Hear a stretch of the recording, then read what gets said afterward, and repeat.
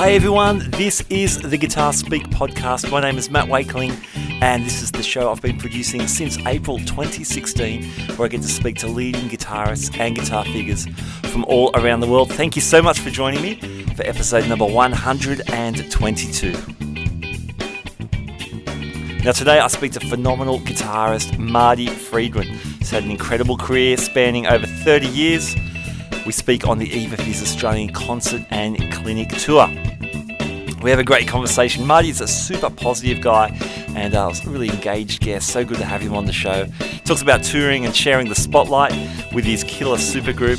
We talk about his 15 solo albums, lessons learned after 10 years with Megadeth, how a move to Japan in the early 2000s made an incredible impact on his career. We talk about all his signature gear from Jackson, EMG and Engl. We talk about composition craft and what it is to continually grow as a musician. And it was really cool also talking about his partnership with Jason Becker. Not only the early Shrapnel years, but we of course talk about that, but including playing on Jason's latest album, Triumphant Hearts. And there's much more in the interview as well. So let's jump straight in. Marty Friedman, welcome to the Guitar Speak podcast. Nice to be here. Now, Marty, we're very excited that you are touring Australia in December. You've got 4 dates coming up in Sydney, Brisbane, Melbourne and Canberra. Is this your first tour as a solo artist to Australia? Yeah, it's my first time. And it's first time for my band, too, so everybody's really excited about it. I've been to Australia before, but never with my solo band, and my band has never been to Australia, so they are beyond excited. You know, when you grow up playing music in Japan, being able to play in Australia is kind of like a dream that people have, but they never realize it. So my band is so thankful and so stoked to be able to come down and play. So we're just we can't wait to do it. Excellent. Now, when you say your band, your super band, is this the same band that's on your latest album, The Live One Bad MF? Yeah, some of the members are, yes. The main member from that is Kiyoshi, the bassist. She's been in my band for about 6-7 years now, and she's just a powerhouse. And one thing about my band is when you see us play, you know, maybe you came to the concert to see me play, but I think you're going to leave the concert talking about my band, and they outshine me every single night. I mean, they're just such a powerhouse that it's really a super band, and I love it when they outshine me. You know, it gives the people a feeling that they're seeing a band, not just a guitar player. You know, I really make a very big point to make it feel like a band rather than just, you know, a guitar player playing music. I mean, it's a complete band experience. Yeah, absolutely. And you give a lot of space on that album, for example. There's a lot of space for the other guys. So, yeah, when Kiyoshi takes a part, the crowd goes nuts. She is fantastic. Yes. Actually, live, there's even more space for everybody to do their thing. And the live album was 80 minutes. We did a single CD double album, and that's about 80 minutes, a little bit under 80 minutes, but we play about 2 hours. So we had to cut a lot of things out just to make that live album. But the live album does give you a very, very good idea of the energy that hopefully you're going to walk away with after the concert. And a lot of surprises. You know, we do crazy things sometimes. Sometimes we'll just bring a person randomly out of the audience to come and play with us. And I've got a whole separate rig set up for that whenever I feel like making that happen. We just bring somebody up, somebody I've never met before, never seen before, and just have them jam. And it's always extremely entertaining when it happens. And usually the guys are really, really good, but sometimes people just freeze up, and that's equally as entertaining. So it's always a fun point of the concert when we decide to do it. That's cool. That's very cool. Yeah, when you talk about surprises, I was really excited to hear Dragon Mistress on the live album, because that was from your first solo album, Dragon's Kiss, and then in the middle of it you launch into Hound Dog and somehow make it all work. That's a lot of fun.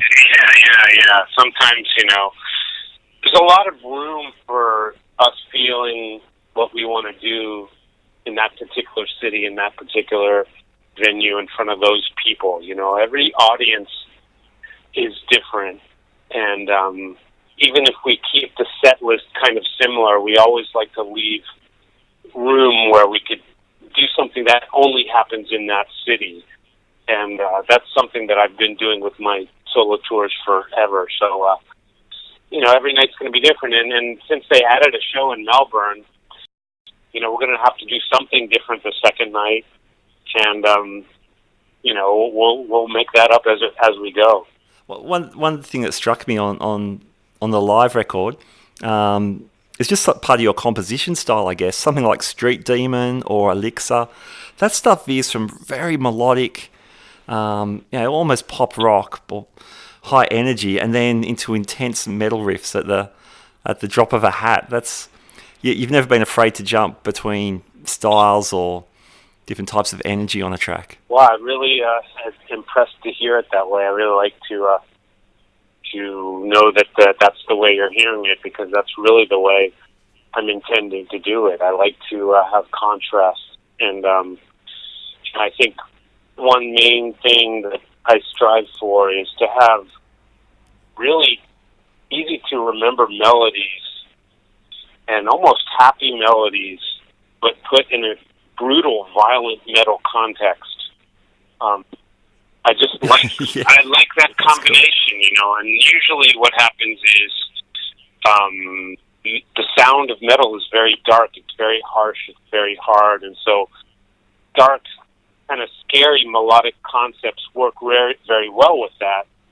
But I kind of like to force almost romantic melodies and happy, uplifting melodies within this very violent context, and it just kind of gives me chills sometimes when it gets done correctly, you know. And so I like to experiment with that quite a lot. And on the live album, like you said, Elixir and Street Demon are good examples. I mean, the main themes are super melodic. I mean, it could be bubblegum pop music for all I know, but it's encased in these extremely violent riffs and done with a lot of aggressive energy. So that's a pretty good way to describe what I'm doing and what I'm trying to do.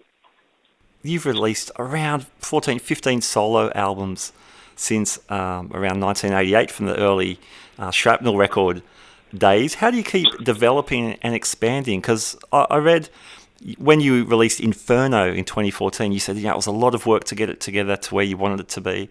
Then you had to do it all over again for Wall of Sound. How do you keep lifting the bar for yourself? Yeah, I mean, that's a really good point right there. When I did Inferno, that was the biggest leap in the evolution of whatever my music is. I mean, usually I make kind of baby steps, but Inferno was a big labor-intensive project, and I was extremely pleased with it, and as was Wall of Sound. And so I think I have to be realistic that I know that I don't want to repeat something that I've done before, and I have to be realistic that it's going to take a lot of work to do that after you've released 14 solo albums and done tons of band albums with other bands and tons of sessions and singles here in Japan, and to not repeat yourself and not kind of mimic something that you've done in the past is very important to me. And so being realistic means that I have to know that I'm going to need to take a lot of time to do this stuff. And Wall of Sound took 18 months to do. And when that was done, I knew that I was going to need a lot of time to do anything after that. So that's when the live album came out. Just kind of not only document our live show, but to give me some time to continue to write new material. And I'm still a ways off from doing my next record. I want to get more touring in before that happens. But the evolution, like you brought up, is an extremely important part of my music and what I'm trying to create. And if I've already, there's no reason to, re-release it. Of course, I will want to do things from all points of my career when I'm playing live, because that's the point of playing live. You do things from your catalog, but when it comes to releasing new music, it should be just that. It should be something new. And luckily, I've never had a kind of breakout smash hit record in my solo albums. It's all been very reasonable, and nothing has tanked too terribly badly, but nothing has tore up the charts so much that I had to try to recopy that for some reason. So as far as my musical goals, it's really allowed me to explore things exactly the way I want to do it. That's great. That's a great space to be in too. I guess it takes off any shackles off you in terms of creativity. Don't get me wrong. Of course, I would love for one of my albums to be a smash hit and break all kinds of sales records, but I really stay out of the results, and it's really the process of making the music is where I get the joy, and when people enjoy it, when people wind up enjoying it, that's where I get the joy out of it. If I was to be chasing numbers and chasing people's approval, and it would be even harder work than it already is. So I'm very happy with the process of making the music. I was really happy to see you appear on Jason Becker's recent album as well, Triumphant Hearts. That must have been a cool thing for you to do. Absolutely. I mean, whenever he calls, I just jump to whatever he wants me to do. And he had me play on a couple songs of his album. And on the title track to that, Triumphant Hearts, he gave me a great melody to play. And so I was so excited. It's just like the most delicious part of the song. I get to play the main theme towards the end of the song when it comes to its most exciting key modulation and climax. So he, did me a really good solid by allowing me to play in that point of his song. What do you recall of the early Shrapnel days with Jason? Because you guys were really on the edge of that whole Shrapnel Records thing, which took off in that sort of mid to late 80s. Yeah, well, we really just did what we wanted to do, really, and we were not too concerned with the other people on the label. And to be completely honest with you, we didn't really want to be lumped in with a lot of the stuff that was on there, because to us, it did not seem very musical. It seemed like a lot of people showing off and playing exercises and just kind of I don't know. There was a lot of technique displays and acrobatics, and not to say that we weren't guilty of a lot of that. And I believe that we were, and probably if we had a chance to do it again, we would have done it a little bit differently. But even still, I mean, if you look at what our influences were at the time, it was nothing like what was influencing the other guys on that label. I mean, we weren't very much influenced by the traditional classical music like most of the other guys were. We were into really odd stuff like Stravinsky and Philip Glass and things that were a little bit oddball and eclectic, and then there was foreign music. We were both very much into foreign music, and I was into Japanese music, and he was into Indian music, and then we both got into Indian and Japanese music and Chinese music, and so there was a lot of really oddball influences in there, and that might have had something to do with why we never really took off, because it was just such a strange blend of weird stuff. But we really loved a lot of what we did, and very proud of it. And I still, there's a lot of stuff that I would definitely change, but I'm still proud of that stuff. And Jason really grew big time after all that musically. I mean, he grew so fast. I'd like to think that I grew a little bit at a time, taking baby steps and evolving, but he grew like by leaps and bounds in a scary, very fast way, and he started to really just become a brilliant composer. Hey, it's interesting that you mentioned the Japanese influence on your playing then. I remember watching your instructional video, and you're playing like a 5-note scale, Japanese influence scale, and then which is back in the day when everyone was doing the videos. But then if we fast forward to 2003, you make the big jump of moving to Japan and immersing yourself in that culture and having a huge change in your career. Yeah. Or continuance, I should say, an evolution, perhaps is a better word. Yeah, it's really taken a lot of unexpected and fantastic turns, and a lot of things that have happened here have allowed me to continue my career long after, one would expect a musical career to last. And I think it started just from a slight passing interest in Japanese music. Even when I was a teenager, I just thought there were a lot of interesting things that if I understood them, I could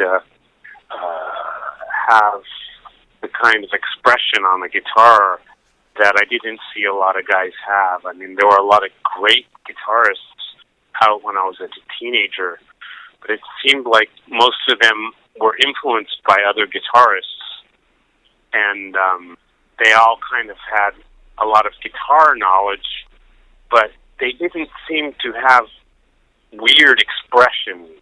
And I really found that when I started analyzing Japanese singing and Japanese traditional folk songs, I got all these weird expressions that I was able to do, and I was able to emote my guitar like a singer at kind of a young age, and I found that this was one way to separate me from other guitarists, and I thought that my favorite guitarists were the guys that you could separate, you know what I mean? You got the guys like Brian May, who you hear one note, you know it's him, and Van Halen, you hear one note, you know it's him. So I thought that I found it when I was a teenager with Japanese stuff. So it just kind of snowballed until I finally, kind of unrelatedly, discovered Japanese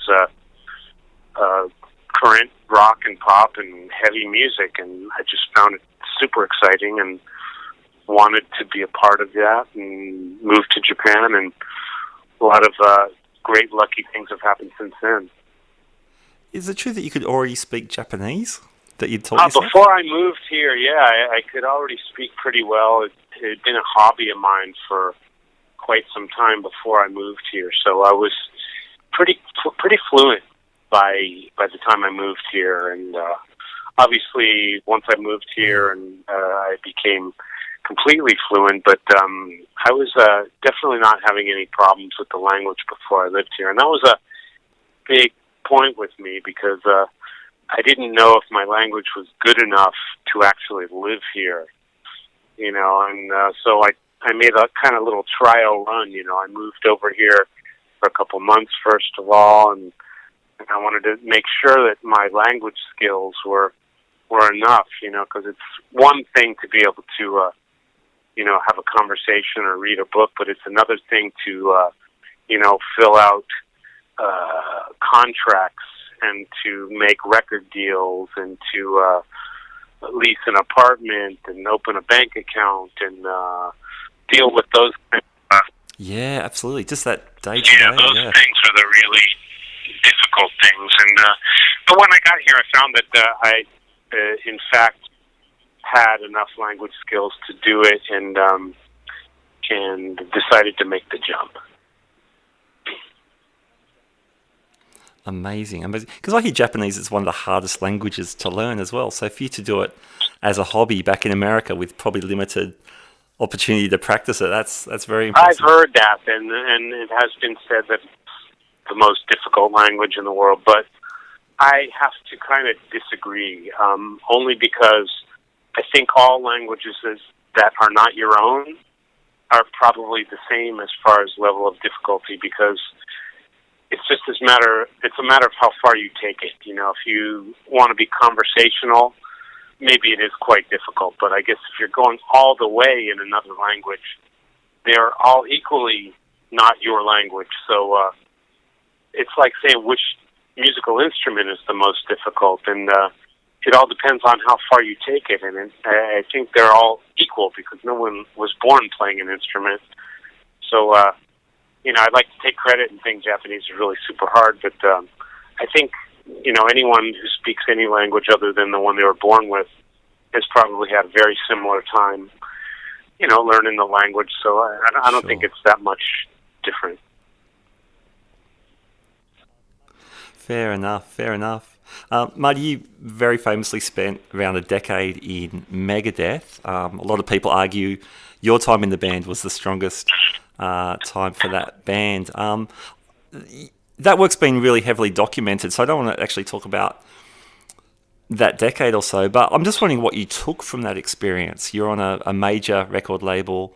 What do you take from all that experience that you carried on through your own career? Oh, well, every experience, that experience included, is going to give you a lot of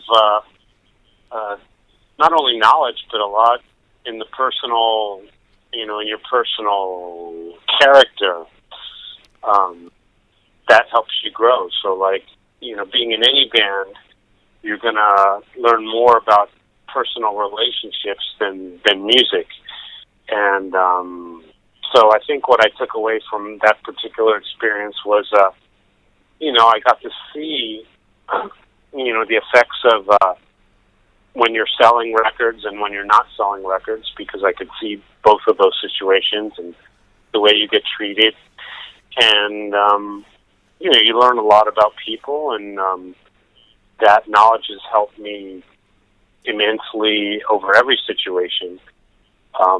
I've been in bigger situations than that since then, where responsibilities have been much higher, and I've been in smaller situations as well. So everything kind of helps, you know, every unique situation, you know, if you take something away from it, it's going to help you later. And I have nothing but great experiences to draw on from that period of time, and really it was a fantastic experience, just like what came after it, and it's all good. To keep like some kind of long length in your career in something that is so fragile like the music business, it's really important to be aware of everything that you learn from every experience, and not forget important things. You know what I mean? Not.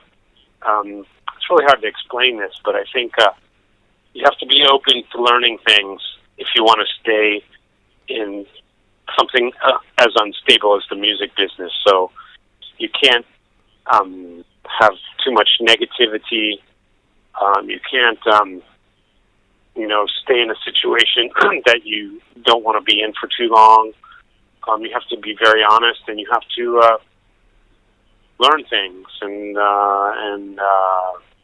adjust accordingly, and that's how you can keep the business for a long time. And so thankful that you know, I've been doing this since I was a teenager, and it just keeps getting more fun and more interesting and better all the time. So I think that's due to just accepting a lot of interesting experiences.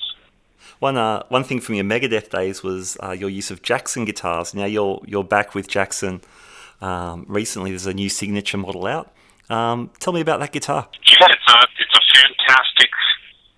fantastic instrument. Like you said, I've been playing Jacksons before, and I had a signature Kelly that was pretty well identified with me, and I love that guitar and still play it live. I still play Kellys quite a bit live, and you can still get those, and they're wonderful acts. But when Jackson approached me to do a new signature model, I really wanted to do something that I had never done before, something new, and so I decided to create the MF1, or better stated, let them create the guitar and let me, smooth out the edges, so to speak. They were making the guitar, and they consulted me on every part of the making of the guitar and send me prototypes, and then I'd give my critiques and send more prototypes and put them up in the studio and try them live. And at the end of the long process, they came up with the MF1, which is a super solid workhorse and a very, very basic guitar.